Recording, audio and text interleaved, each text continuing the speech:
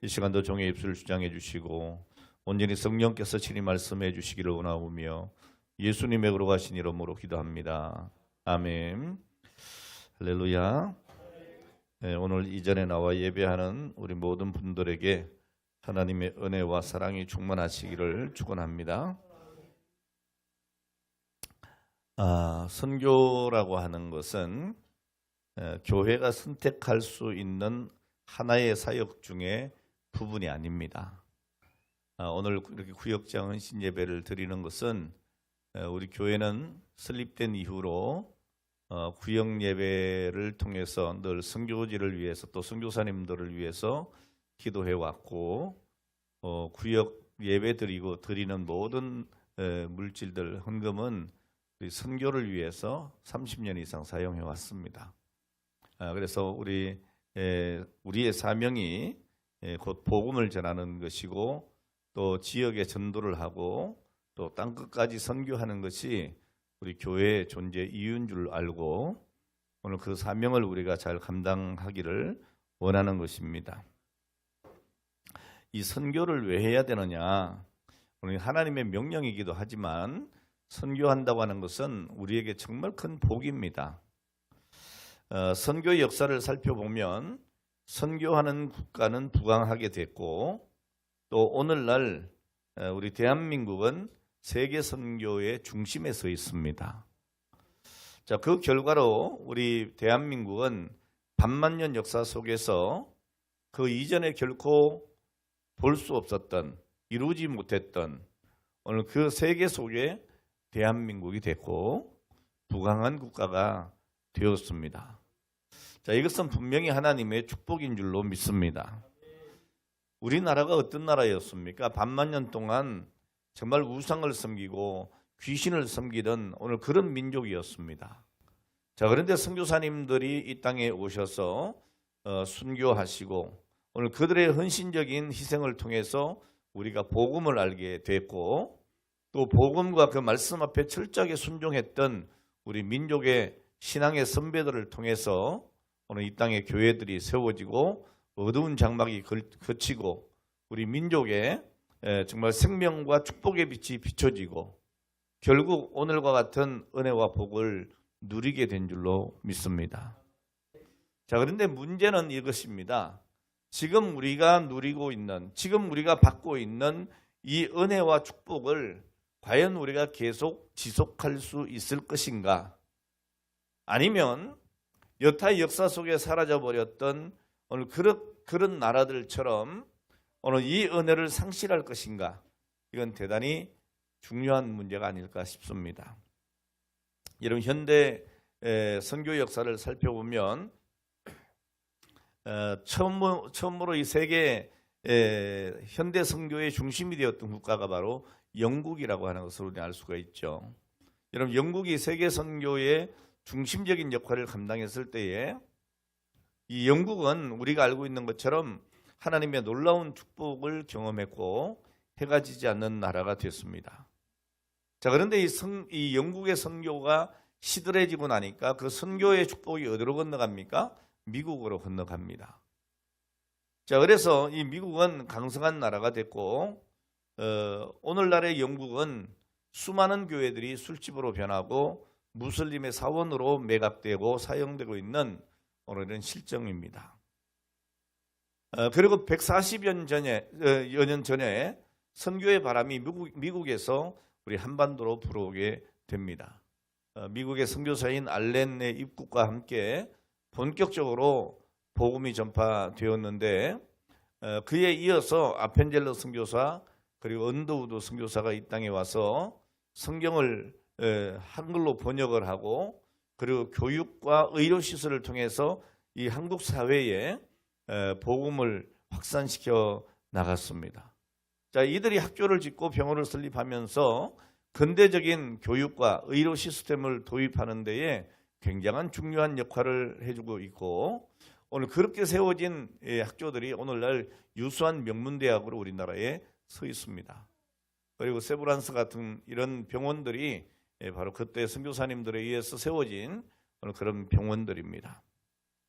자, 그런데 안타깝게도 우리 민족에게 복음을 전해주었던 미국이 오늘날 세계 선교의 동력을 점점 잃어가고 있습니다. 영국과 미국의 선교의 퇴보 현상을 살펴보면 먼저 그 현상이 이런 겁니다. 젊은이들이 교회를 떠난다는 거예요. 젊은이들이. 그리고 젊은이들이 선교에 헌신하는 것이 확연하게 줄어들었다고 하는 것을 발견할 수 있습니다. 그 결과로 교회 부흥은 사라지고 교회의 쇠퇴가 시작된 거죠. 여러분, 우리나라도 그 전철을 밟아가고 있는 안타까운 현실을 부정할 수가 없습니다. 우리 한국 기독교인의 비율이 대략 한 20% 정도 이야기를 합니다. 많게는 25% 이렇게도 얘기했는데요. 자, 그런데 지금 대학생과 중고등학생의 경우를 보면 이미 기독교인의 비율이 5% 미만이라고 하는 통계가 나오고 있는 상황입니다. 자, 그리고 한국 기독교 목회자 협의회가 발표한 2023년 한국 기독교 분석 리포트를 보면 20대 기독교인 가운데 가나안 청년, 뭔지 아시죠? 가나안, 안 나가 교회. 이 가나안 청년들이 이 교회를 나가지 않는 20대, 나는 기독교인이라고 하면서도 교회를 나가지 않는 20대 기독교인의 비율이 자그마치 45%가 된다는 얘기죠. 자, 그래서 모든 연령층에 비해서 이 가나안 성도가 가장 높습니다. 자, 이 가운데 10명 중 3명은 고등학교를 졸업한 이후에 대학 생활을 하다가 교회를 떠났다라고 대답을 하고 있습니다. 여러분, 그 이유가 어디 있겠습니까? 우리보다 앞서 경험했던 미국과 영국의 현상을 살펴보면 답이 딱 나옵니다. 여러분, 영국의 산업혁명이 일어나고 근대화가 이루어집니다. 그리고 미국의 IT 산업과 현대화 산업 등으로 인해서 좋은 직장들이 많이 늘어나게 됩니다. 자, 그리고 성공할 수 있는 자리들이 많아지게 되니까 그 과거에 부흥을 경험했던 영국과 미국의 부모들이 오늘 그들의 자녀들에게 자기가 만난 하나님, 자기가 경험했던 오늘 그 하나님을 자녀들에게 믿음의 유산으로 남겨주지 않았습니다. 어떻게 했느냐? 신앙 대신에 좋은 직장을 가질 수 있는 스펙을 물려주고 그리고 이 땅에서 성공하는 방법들을 중점적으로 전수를 했습니다. 자, 이것이 세상적인 성공을 신앙보다 우선시하게끔 만들어지게 된 거죠. 자, 이렇게 되니까 당연히 아이들의 인생의 제일 목적이 영원하신 하나님이 아니라 이 땅의 성공이 되어버린 거예요. 오늘 여러분, 오늘 이것이 영국의 이야기고 미국의 이야기입니까? 오늘 여러분들은 자녀 교육을 어떻게 하고 있습니까? 오늘 여러분들의 자녀들은 지금 어디에 있습니까? 무엇을 하고 있습니까? 오늘 여러분들의 자녀의 가슴 속에 오늘 여러분들이 받았던 그 성령의 불이 있습니까? 신앙의 열정이 있습니까? 오늘 여러분, 오늘 그 이유가 어디 있겠느냐 하는 겁니다. 오늘 이것이 과연 미국과 영국의 이야기냐? 그렇지 않다고 오늘 우리는 분명히 알고 있습니다. 지금 우리 다음 세대가 더 이상 부모 세대들이 경험했던 그 뜨거운 신앙의 열기가 지속되지 않는 이유가 바로 기성세대, 곧 오늘 이 자리에 있는 우리 부모 세대의 책임이라는 것을 우리는 부인하기가 어렵습니다. 제가 어릴 때만 해도 너 공부해라 이 얘기보다는 주일날 예배 빠지면 큰일 나는 줄 알았습니다. 학교 빠지는 거는 그런데 교회 빠지면 난리 났습니다. 그런데 오늘날 우리 부모님들은 어떻게 하죠? 주일날도 학원 가라고 하지 교회 가라 그러지 않습니다. 오히려 입시생이 가정에 있으면 잘 나가던 아이들, 교회 잘 다니는 아이들 보고 뭐라고 합니까? 야, 교회는 좀 1년 쉬고 고3이니까 중3이니까 너 학교 올라가서 진학하고 교회 다녀라. 그렇게 하는 부모들이 의외로 많습니다. 오늘 여러분, 오늘 나는 안 그렇다 그렇다면 정말 다행입니다. 오늘 우리나라가, 우리 한국 교회가 영국이나 미국처럼 그 좋지 않은 전철을 밟지 않게 되기를 기도합니다. 여러분, 선교에는 두 가지 선교 방식이 있어요. 하나는 수평적인 선교이고, 이것은 우리가 일반적으로 얘기하는 해외 선교 이런 겁니다. 자, 이것이 무슨 선교라고요? 수평적인 선교라고요. 또 하나는 수직적인 선교가 있습니다. 자, 이게 뭐냐 하면 부모가 자신이 만난 자신을 살리신 오늘 그 하나님을, 그 예수 그리스도를 그 자녀들에게 전수해 주는 선교예요.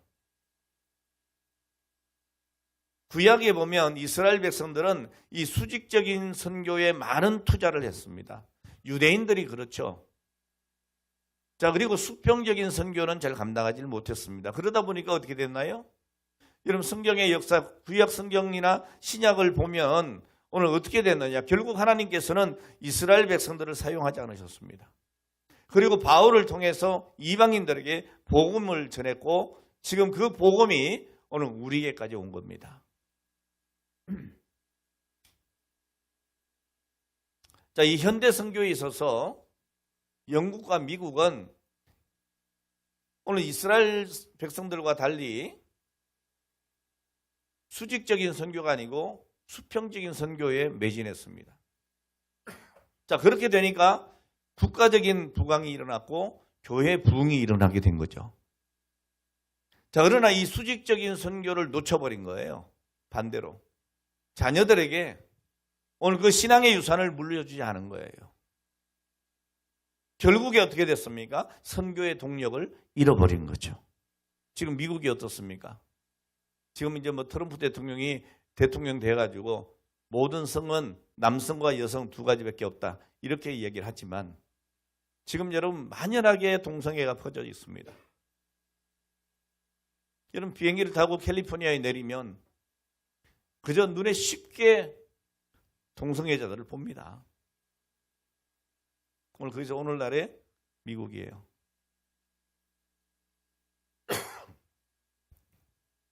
오늘 여러분, 수직적인 선교와 수평적인 선교는 하나님의 선교를 지속하게 하는 두 날개예요. 오늘 우리는 우리 자녀들에게 하나님의 복음을 전하고, 내가 만난 하나님을 전하고 가르치고, 오늘 2부 예배 때 말씀드린 것처럼 모세가 장성하여 믿음의 좋은 선택을 할 수 있었듯이 어렸을 때의 그 어머니의 교육, 신앙적인 교육은 대단히 중요한 역할을 했다. 자, 그러니까 오늘 우리들도 오늘 이 수직적인 선교를 놓쳐서는 안 됩니다. 아울러서 여러분, 오늘 새가 날아갈 때에 한쪽 날개짓만 하고 날아가는 새는 없어요. 오늘 우리는 수평적인 선교도 놓치지 말아야 합니다. 세계 선교, 땅끝 선교. 자, 그래야만 우리는 완벽한 날개짓을 할 수가 있을 것입니다. 지금까지 우리 대한민국은 그나마 잘 버티고 있습니다. 제가 이 버티고 있다는 말보다도 지금도 하나님의 귀한 역사가 불같이 일어나고 있다, 이렇게 얘기했으면 참 좋겠는데요. 어쨌든 여러분, 우리나라가 작은 나라지만 그 영국의 부흥이 미국으로, 그리고 미국의 부흥이 대한민국으로 이어져서 이제 우리나라가 세계 선교의 중추적인 역할을 감당하는 나라가 됐습니다. 여러분, 이 조그만 나라가 지금 세계 선교 1위입니다. 인구 비율로 따질 때에는 여러분, 선교사 파송도 1위입니다. 아직까지 숫자적으로는 미국이 더 많습니다만은 퍼센트로 따질 때 훨씬 우리가 많은 비율로 선교사를 보내고 있어요. 오늘 여러분 이 축복을 지속하고 이 은혜를 자자손손 누리기를 소망한다면 오늘 우리는 지속적으로 선교사님들을 파송하고 그리고 선교하는 수평적인 이 선교의 민족이 되도록 해야 합니다. 저는 요즘 우리 선교사님들하고 가끔 이렇게 연락을 주고받으면서 참 가슴 아픈 이야기를 많이 듣습니다. 우리가 파송한 선교사님들 중에도 한 달에 선교비가 1,500불 정도 줄었다 이런 얘기를 해요. 그럼 1,500불이면 얼마인지 아십니까? 거의 150에서 200 사이입니다. 어떻게 살죠? 어떻게 선교를 하나요? 근데 이게 현실이라는 거예요, 현실. 한국 교회가 그만큼 지금 동력을 잃어가고 있다 하는 거죠. 선교 후원하던 교회들이 선교를 줄인다는 거예요. 동력이 떨어졌단 말이죠. 오늘 여러분 정말 우리가 이 은혜, 이 축복을 지속하기를 원한다면 오늘 우리는 수평적 선교의 민족으로 거듭나줘야 합니다. 자, 그리고 또 우리 자녀들에게 오늘 그들의 인생 목적지가 이 땅에 있는 것이 아니고 영원한 하나님께 있는 것을 오늘 내가 만난 그 하나님을 우리 자녀들에게 전수해주고 그리고 자녀들을 향한 수직적인 선교도 오늘 우리는 잘 감당해야 합니다. 오늘 우리 자녀들이 이 땅을 목적지로 삼고 산다면 오늘 여러분 그들의 앞날이 어떻게 되겠습니까? 오늘 우리 자녀들이 더 높고 영원한 오늘 그 믿음으로 보는 그 세계를 목적 삼아 살게 해야 합니다. 모든 성도들은 하나님 앞에서 오늘 내 사랑하는 자녀들에게 오늘 이 수직적인 선교를 감당하는 선교사가 되어야 하는 겁니다. 오늘 여러분들의 자녀가 지금 무엇을 하는지에 대한 관심을 가지시고 또 여기 우리 어린 우리 자녀를 둔 우리 젊은 부모님들은 오늘 여러분 이 아이가 정말 하나님께서 축복하시는 이 아이가 하나님을 바라보고 살아가는 오늘 그 모세 같은 인물로 세워질 수 있도록 오늘 여러분들이 양육해야 될 줄로 믿습니다. 여러분 성경을 살펴보면 하나님께 목적을 둔 개인이나 공동체를 하나님께서 포기하신 적이 없습니다. 저는 하나님께서 우리나라를 지금 여기까지 그나마 두신 것은 오늘 믿음의 사람들의 기도 덕분이라고 저는 봅니다. 믿지 않는 사람들은 무슨 말도 안 되는 소리냐 하겠지만 오늘 우리는 분명하게 알고 있고 믿고 있습니다. 오늘 본문 시편 24편을 보면 우리로 하여금 하나님께 목적을 두고 살아갈 때에 실패 같으나 결국에는 성공하고 눈물 같으나 결국에는 웃음이 되는 오늘 그러한 믿음의 사람을 우리에게 소개해 주고 있습니다. 오늘 여러분 우리가 오늘 본문의 이 시의 배경이 되는 그 역사적인 배경을 살펴보면 오늘 우리 본문의 의미를 좀 더 쉽게 잘 이해할 수가 있지 않겠나 싶습니다. 여러분 오늘 본문 시편 24편은 누구를 통해 기록된 하나님 말씀인가요? 누구죠? 네, 다윗이죠. 자, 이 시의 배경이 되는 그 역사적인 정황이 어디 있는가 하면 사무엘하 5장에 기록되어 있습니다. 여러분 사무엘하 5장에 보면 다윗이 헤브론에서 유다와 베냐민 지파의 왕으로 7년 6개월을 다스립니다. 그리고 이스라엘 초대 왕 사울의 죽음과 그의 아들 이스보셋의 죽음 이후에 결국 이스라엘 12지파 전체의 왕으로 다윗이 등극하는 이야기를 소개하고 있지요. 자, 그리고 이스라엘 왕이 된 후에 다윗이 처음 행한 일이 무엇이었습니까? 오늘 그것을 여기 소개를 하고 있어요. 여러분 이 역사적인 배경에서 정말 특이한 점이 있습니다. 사무엘하 5장 6절에 보면 다윗이 왕이 되자마자 뭐 했느냐? 부하들과 군사를 일으켜서 예루살렘으로 가는 겁니다. 이 예루살렘에 가서 뭐 했어요? 여부수 사람을 친 겁니다. 전쟁한 거예요. 여러분, 역사적인 정황으로 볼 때 이 다윗이 왕이 됐을 때 그 당시에 과연 이렇게 전쟁을 할 만한 정황이었냐? 그렇지 않습니다. 여러분, 어느 왕이든지 왕 되자마자 전쟁하는 왕이 어디 있겠습니까? 그렇지 않잖아요. 보통 정치적인 안정이나 경제적인 민생 안정이나 뭐 사회적인 통합이나 뭐 이런 것들 하잖아요. 그 다윗이 왕이 됐을 때도 그 당시의 정황이 그렇게 녹록하지는 않았습니다. 이스라엘은 사울 왕 이후에 두 왕조로 인한 갈등으로 정치적으로 그리고 경제적으로 많은 문제를 안고 있던 오늘 그런 시기였단 말입니다. 자, 그래서 다윗이 왕이 됐을 때 가장 먼저 해야 할 일이 있었다면 정치적인 갈등을 해소하는 겁니다. 남북의 갈등을 해결하고 그리고 정치적인 안정을 회복하는 것이 우선이었겠죠. 자, 그리고 사회적으로도 혼란과 분열을 수습을 하고 사회적인 통합을 이루어야 될 그 과업이 산더미처럼 쌓여있던 오늘 그런 때가 바로 다윗이 왕으로 등극했던 그때의 모습 아닙니까? 그리고 경제적으로 피폐해진 백성들의 삶을 보듬어야 하는 오늘 그런 시기예요. 그런데 이 다윗이 왕이 되고 난 이후에 이런 산적한 그런 문제를 해결하는 것이 아니고 바로 군사를 이끌고 예루살렘으로 진격했다는 거예요. 자, 왜 다윗은 왕이 된 이후에 마땅히 해야 될 여러 가지 시급한 문제를 제껴두고 예루살렘 여부수 족속을 쳐야 됐을까? 여러분, 그 이유가 무엇입니까? 자, 여러분, 여기에 다윗이 무엇을 인생의 목적으로 삼고 살아가는가 하는 답이 있습니다. 다윗이 살아가는 인생의 목적, 그 답이 뭡니까?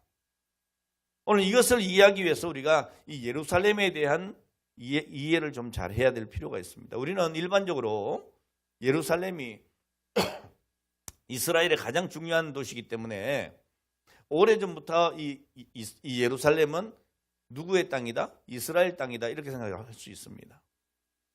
자, 그런데 여러분, 사실 이 예루살렘은 다윗이 왕으로 등극하기까지 그 시점까지 이스라엘에 속한 땅이 아니었어요.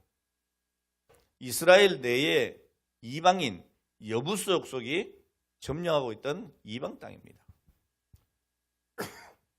자, 그 이유가 어디 있느냐? 여러분, 성경을 보면 다 나와 있어요. 성경의 역사를 보면 다 기록되어 있어요. 자, 그 이유는 하나님께 주신 약속의 땅에 대한 이스라엘 정복 전쟁이 기록된 여호수아서에 잘 나타나 있습니다.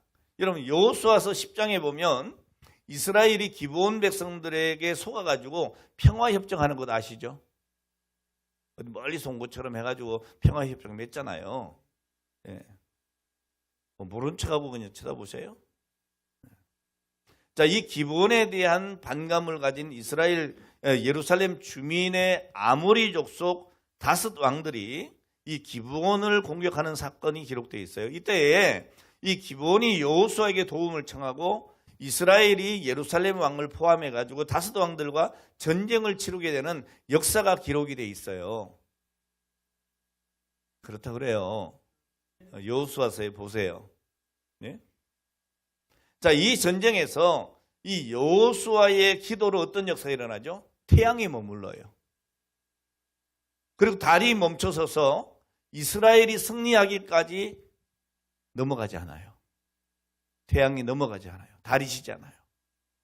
오늘 이런 기적이 기록되어 있어요, 없어요?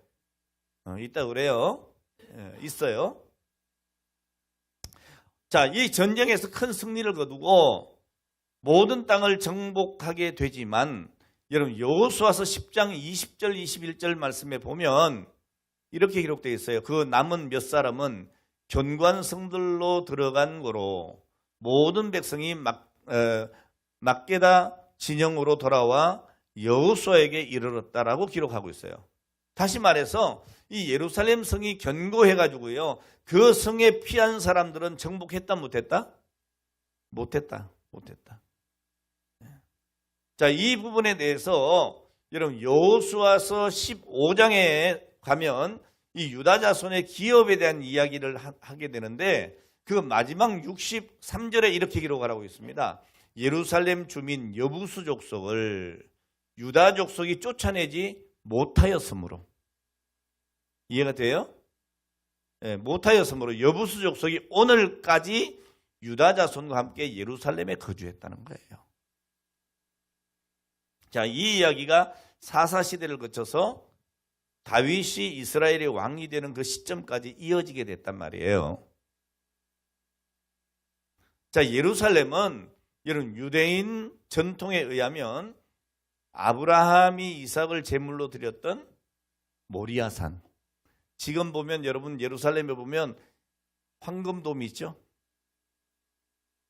있다고 그래요. 여러분 성지순례 사진 이렇게 보면 예루살렘 성 안에 황금돔이 있잖아요. 황금 둥그란 돔이 있는 건물이 있잖아요. 네, 그것이 바로 모리아산입니다.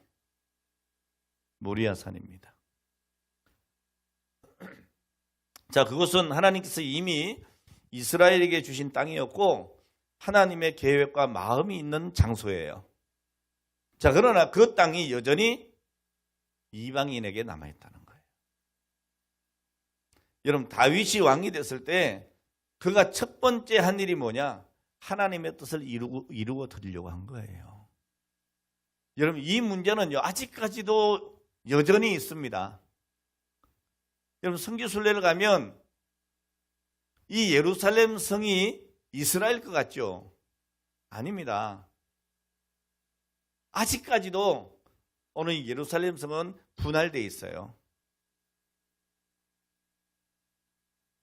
여러분 뉴스를 보면 몇 년 전에 이스라엘 수상이 그 예루살렘에 들어가는 것 때문에 국가적인 분쟁이 일어날 뻔한 일들 아시죠? 아직까지 그러고 있다니까요. 대치하고 있다니까요.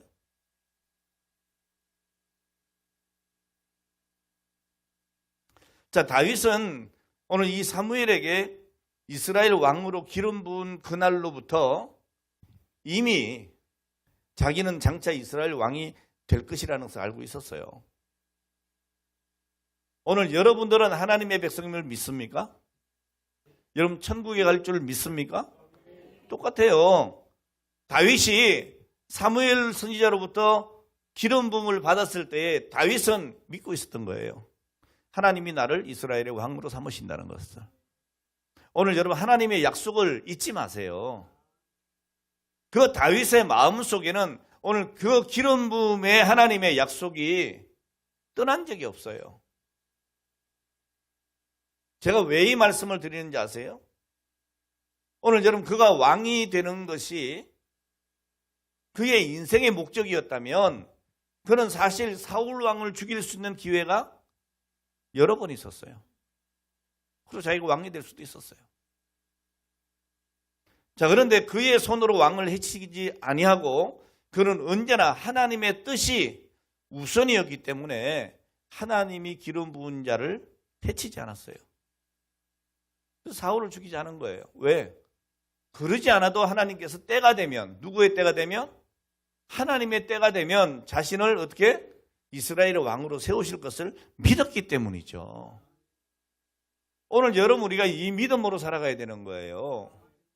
그래서 우리는 거절할 수 있는 믿음도 가질 수가 있는 것이고 더 나은 것을 선택하는 믿음도 가질 수 있는 거예요.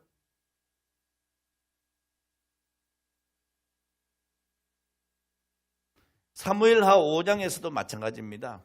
오늘 그의 삶의 목적이 이스라엘의 왕이었다면 그런 왕이 된 그 순간에 자기의 왕권을 강화하기 위해서 정치적인 제도를 마련하고 사회적인 통합 전략을 세우는 것이 우선이었을 거예요. 자, 그러나 그의 목적은 왕이 되는 것이 아니고 하나님의 뜻을 이루어 드리는 것이었습니다. 그래서 그 뜻을 이루기 위해서 군사를 일으키고 예루살렘으로 진군해 나가게 된 것이죠. 그러니까 이 다윗의 눈은 항상 이 땅에 있었던 것이 아니라 늘 하늘에 있었습니다. 오늘 그의 시선은 하나님께 고정되어 있었다 그 말이에요. 오늘 여러분의 시선이 어디 있습니까? 내가 믿음의 사람이라고, 내가 예수 믿는다고 하면서도 오늘 우리의 눈이 하나님께 고정되지 않고 오늘 우리의 마음이 예수 그리스도에게 향하지 않고 살아간다면 오늘 여러분 우리가 하나님의 사람이라고 이야기할 수가 있겠어요? 오늘 여러분, 오늘 다윗이 이렇게 살아가는 것은 엄청난 것이었습니다. 뭐가 엄청나냐? 그 결과가 엄청난 거예요. 그렇게 하나님을 바라보고 다윗의 눈이 항상 하늘에 있었던 그 결과가 뭐냐? 여러분 사무엘하 7장 9절에 보면 하나님께서 다윗에게 이렇게 말씀하세요. 오늘 이 말씀이 오늘 저와 여러분들에게 주시는 하나님의 말씀 되기를 축복합니다. 자, 이렇게 말씀합니다. 내가 가는 모든 곳에, 내가 가는 모든 곳에서 내가 너와 함께 있어.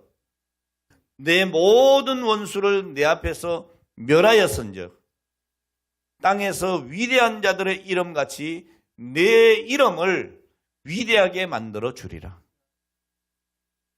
오늘 우리가 우리의 시선을 하나님께 고정하고 살 때에 하나님께서 우리에게 주시는 인생의 결과가 뭐냐? 너의 이름을 위대하게 만들어 주겠다는 거예요. 이것이 하나님의 약속입니다, 여러분. 다윗이 하나님의 뜻을 이루기 위해서 예루살렘으로 진격해 갔을 때에 오늘 그들 앞에 만사형통이 일어난 것이 아닙니다. 갔더니 그 앞에는 뭐가 있어요?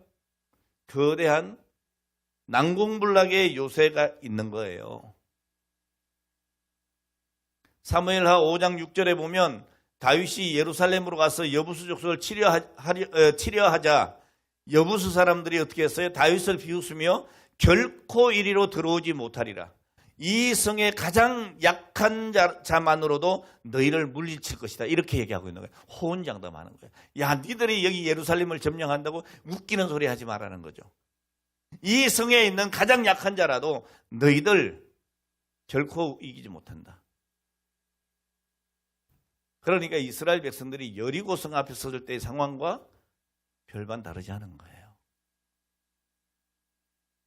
자, 그만큼 이 예루살렘 성은 견고하고 그 성벽과 성문은 단단했어요. 오늘 여러분 우리가 신앙생활 할 때 내가 이제부터 하나님의 뜻대로 살아야 되겠다 이렇게 결심을 하고 그리고 말씀에 순종을 하려고 하면 어떻습니까? 만사형통이 되던가요? 아니죠. 내가 믿음대로 살아야지. 그럼 꼭 뭔가 일이 생겨. 예? 뭔가 내 신앙의 발목을 잡아. 자꾸 나를 넘어뜨리려고 해. 와, 신앙생활 하는 게 왜 이렇게 힘들어? 이건 내가 신앙생활을 하는 게 이게 맞는 거야? 아이고, 이거 포기하고 세상으로 돌아갈까? 이런 그런 일들이 얼마나 많아요. 내가 믿음생활 잘하려고 할 때 오히려 더 답답하게 내 앞이 막혀버리는 오늘 이런 경우가 오늘 여러분 얼마나 많습니까? 자, 그러나 바로 그 순간이 어떤 순간입니까? 하나님이 우리의 믿음을 요구하는 순간이라고요.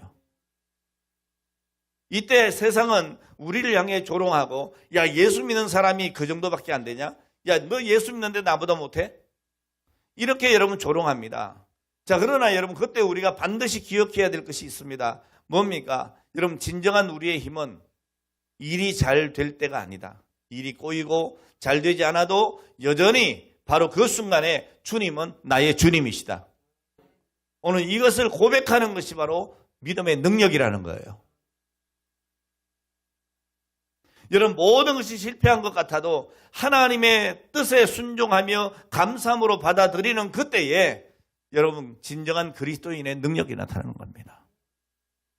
오늘 본문 시편 24편 1절 2절에 보면 다윗은 그런 상황 속에서 이렇게 기도합니다. 땅과 거기에 충만한 것과 세계와 그 가운데에 사는 자들은 다 누구의 것이다? 여호와의 것이로다. 여호와께서 그 틀을 바다 위에 세우시며 강들 위에 건설하셨도다. 할렐루야. 지금 이 막강한 정말 난공불락의 예루살렘 성이 지금은 여부수 족속이 차지하고 있지만 그것은 원래 누구 것이라는 거예요? 하나님의 것이라는 거예요. 우리 하나님이 창조하셨고 창조주이신 우리 하나님이 이 세상 모든 것의 주인이라고 하는 선언이에요. 오늘 여러분, 하나님은 우리 모든 것의 주가 되십니다. 내 것처럼 여기고 내가 가지고 있는 나의 모든 소유의 원주인이 누구예요? 하나님이십니다. 오늘 여러분 것 아닙니다. 여러분, 내가 가진 것은 내 것이라고 내가 주인이라고 생각하니까 하나님이 쓰시겠다 해도 안 내놓잖아요. 그렇죠? 그게 문제죠. 오늘 여러분, 내 인생도, 내 재물도, 내 시간도, 내 자녀도, 나의 비전도, 꿈도 하나님의 것이어야 합니다. 자, 원래 하나님의 것임에도 불구하고 이 예루살렘을 이방인이 차지하고 있는 것처럼 여러분, 예수 그리스도를 구주로 영접한 이후에도 여러분, 우리 인생 가운데 어떤 부분을 이 예루살렘처럼 여전히 하나님께 드리지 못하고 오늘 그렇게 남아있는 부분들이 있지 않나? 오늘 여러분 이 시간 점검하셔야 합니다. 하나님, 맞습니다. 하나님, 다 하나님 것입니다. 하나님, 다 되는데, 그런데 이건 안 됩니다. 내 자녀만큼은 안 됩니다. 하나님 다 됩니다. 다 하나님 것인 줄 믿습니다. 그런데 오늘 이것만은 안 됩니다. 이것만은. 그게 뭔지 몰라도 이것만은 안 됩니다. 그러면서 여러분 안 내놓는 것들이 있잖아요. 그렇죠? 예? 하나님, 내가 원하는 이것만큼은 포기할 수 없습니다. 이런 게 우리에게 하나씩들이 있을 수 있어요. 자, 그러나 여러분, 마지막 남은 예루살렘을 하나님의 것으로 선포하고 하나님께 드렸을 때에 오늘 예루살렘은 이스라엘 역사에서 가장 중요하고 의미 있는 곳이 되었다는 사실입니다. 오늘 여러분, 자녀도 하나님의 것입니다. 귀한 만큼 하나님께 맡겨드려야 합니다. 내가 어찌할 수 있는 게 아닙니다. 오늘 다윗 왕이 해결할 수 없는 그 문제 앞에서, 출구가 없는 절망 속에서, 나의 힘으로 헤쳐갈 수 없는 그 거대한 장벽 앞에서 이 모든 것은 하나님의 것입니다. 하나님의 뜻만 바라봅니다. 하나님께 내 목적, 내 모든 것을 둡니다. 이렇게 고백할 때 하나님께서 그때에 그 전쟁에 개입하기 시작하는 거예요. 오늘 하나님이 여러분 인생의 전쟁에 개입하게 하시기 바랍니다. 오늘 그때 우리는 승리자가 될 수가 있어요. 하나님의 역사는 내 자신의 뜻을 포기하고 하나님의 뜻을 받아들일 때에 일어나는 거예요. 오늘 여러분 하나님의 역사를 경험하고 싶습니까? 그렇다면 내 뜻을 포기하고 하나님의 뜻을 받아들이세요. 여러분, 예수님께서 누가복음 9장 23절에 뭐라고 합니까? 누구든지 나를 따라오려거든 자기를 부인하고 날마다 제 십자가를 지고 나를 따르라고 말씀하셨습니다. 다윗은 오늘 본문 시편 24편 3절 5절에 이렇게 질문을 합니다. 하나님 여호와의 산에 오를 자가 누구며 그의 거룩한 곳에 설 자가 누구인가? 여호와께 복을 받고 구원의 하나님께 의를 얻어 예루살렘을 하나님께 돌릴 사람이 누구인가? 이런 질문을 합니다. 그 답이 뭡니까? 4절에 기록되어 있습니다. 뜻을 허탄한 데 두지 않는 사람이라고 했습니다. 오늘 여러분의 뜻을 허탄한 곳에 두지 않기를 바랍니다. 하나님께 두시기를 바랍니다. 세상 가운데 살아가는 믿음의 사람들이 여러분 세상에 살지만 세상의 뜻을 두지 않고 살아간다고 하는 것 쉬운 일은 아닙니다. 그러나 여러분 세상의 뜻에 내 마음을 두는 순간에 내 삶을 거기 맡기는 순간에 여러분 성공 같지만 결국은 실패한다는 거예요. 여러분 다윗이 하나님 앞에 기도하고 하나님의 땅을 선포하고 그리고 하나님의 뜻에 자기의 모든 것을 둘 때에 비로소 하나님께서 개입하시고 다윗에게 문제를 극복할 지혜를 주시는 거예요. 그것이 어디 나와요? 오늘 본문 10편 24편의 배경이 되는 사무엘하 5장 8절에 나옵니다. 5절에 보면 뭐라고 5장 8절에 뭐라고 돼 있어요? 그날에 다윗이 이르기를 누구든지 여부수 사람을 치거든 물기는 대로 올라가서 이렇게 얘기하고 있어요. 여러분 이 성문을 도저히 열 수가 없어. 이 성을 도저히 어떻게 점령할 수가 없어요. 그런데 하나님을 의지하는 다윗에게 하나님이 지혜를 주셨어요. 여러분 예루살렘 성이 어디 있어요? 높은 언덕에 있단 말이에요. 자, 그러니까 오늘 거기에서 물을 구하기가 쉽지 않습니다. 자, 그래서 아래로부터 물을 깃기 위해서 한 사람 정도 겨우 통과할 수 있는 작은 물 깃는 수로가 있단 말이에요. 자, 그 누구라도 그 수로를 통해서 군사가 들어올 것이라는 생각을 못한 거예요. 근데 다윗이 야, 니들 거리로 들어가라. 자, 시편 24편 8절에 기록된 것처럼 전쟁에 능하신 하나님께서 다윗에게 지혜를 주시고 눈을 열어 길을 보게 하신 거예요. 할렐루야. 자, 그래서 특공대를 조직을 하고 한밤중에 물 깃는 곳으로 들어가게 하고 굳게 잠겼던 예루살렘 문을 열게 되는 겁니다. 그리고 이스라엘 군사들이 그 성을 향해서 성문을 향해서 들어가게 되는 거죠. 자, 이렇게 하나님의 군대가 진군하면서 오늘 본문 마지막에 기록된 것 보면 야, 정말 여러분 이 시편이 얼마나 정말 우리 가슴을 설레게 하는지 몰라요. 뭐라고 합니까? 문들아 너희 머리를 들지어다. 영원한 문들아 들지어다. 영광의 왕이 들어가시리로다. 영광의 왕이 누구시냐? 강하고 능하신 여호와시요 전쟁에 능하신 여호와시로다. 우리 찬양단이 이 찬양도 많이 부르죠. 네. 이런 배경이에요. 그냥 영광의 문으로 들어가는 게 아닙니다. 그 뜻을 하나님께 두는 자에게 주시는 하나님의 은혜예요. 오늘 본문은 하나님께 뜻을 두고 하나님을 주인 삼는 그리스도인의 승리를 노래하는 아주 장엄한 찬양입니다. 우리 앞에 막아선 고난의 예루살렘이 있다면, 여러분 우리 앞에 놓여진 해결할 수 없는 거대한 문제가 있다면, 오늘 그것이 여러분 가정의 문제든지 진로의 문제든지 사업의 문제든지 인생의 문제든지 인간관계의 문제든지 그 무엇이든지 이 모든 것이 하나님의 손에 있다는 것을 인정하셔야 합니다. 그리고 그 뜻을 하나님 앞에 둘 때에 우리 앞에 맡겼던 오늘 그 거대한 문이 열려질 것이고 우리는 그 문을 향해 영광스럽게 들어갈 수가 있을 겁니다.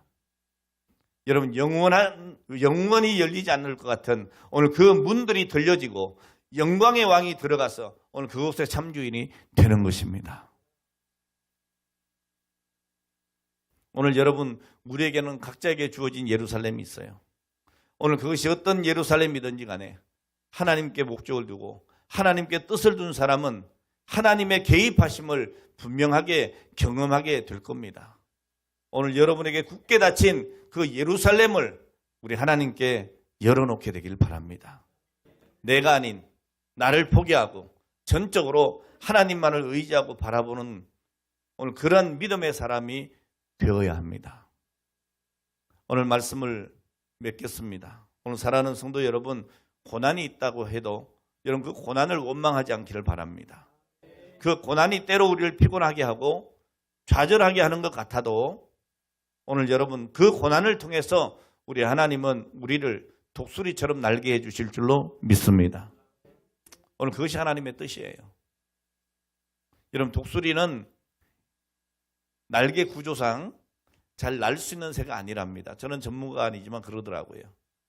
그런데 어떻게 독수리가 새 중에 왕으로 그 비상하고 날아갈 수가 있느냐? 오늘 이 독수리가 새의 왕이 되는 것은 이 날개 구조가 잘 돼서 그런 것이 아니고 기류를 잘 이용하기 때문이라는 거예요. 뜨거운 공기가 상승할 때에 그 상승 기류의 날개를 탁 펼치면 몇 번의 날개짓만으로도 4km 높이까지 올라간답니다. 그리고 공중에서 또다시 기류의 몸을 맡기면 단번에 수킬로까지 날아갈 수 있다는 거죠. 오늘 여러분, 내가 내 힘을 의지하고 살아갈 때는 힘들고 고단하고 어려울 수밖에 없어요. 그러나 이 독수리가 길 위에 자기 몸을 맡기고 날개를 펼치면 그렇게 높이 멀리 날아갈 수 있는 것처럼 오늘 우리가 하나님을 의지하면, 할렐루야, 살아계신 하나님을 우리가 의지하면 오늘 우리는 더 높이 더 멀리 날아갈 수가 있는 것입니다. 오늘 우리 그리스도인들이 살아계신 하나님을 경험하는 것보다도 더 큰 행복은 없습니다. 언젠가 주님이 다시 오시는 그날에 주님이 나를 맞이해 주시고 내 눈에 눈물을 닦아주시고 영원한 당신의 품에 안아주시고 결국에 우리를 승리의 자리로 영광의 왕이 들어가시리로다. 그 찬송하는 자들로 우리를 세워주실 줄 믿습니다. 오늘 사랑하는 여러분, 하나님께 뜻을 둔, 그래서 그 어떤 일도 우리 주님 없이 생각할 수 없는, 주님이라면 모든 것이 만족한, 주님이 되면 다 되는 오늘 그런 행복과 기쁨을 누리는 오늘 저와 여러분 다 되시기를 주의 이름으로 축원합니다. 기도하겠습니다. 하나님 아버지 감사합니다. 오늘 주신 말씀 기억하고 말씀을 새기고 우리 하나님 앞에 살아가는 오늘 저희들이 되게 하여 주옵소서. 예수님의 이름으로 기도합니다. 아멘.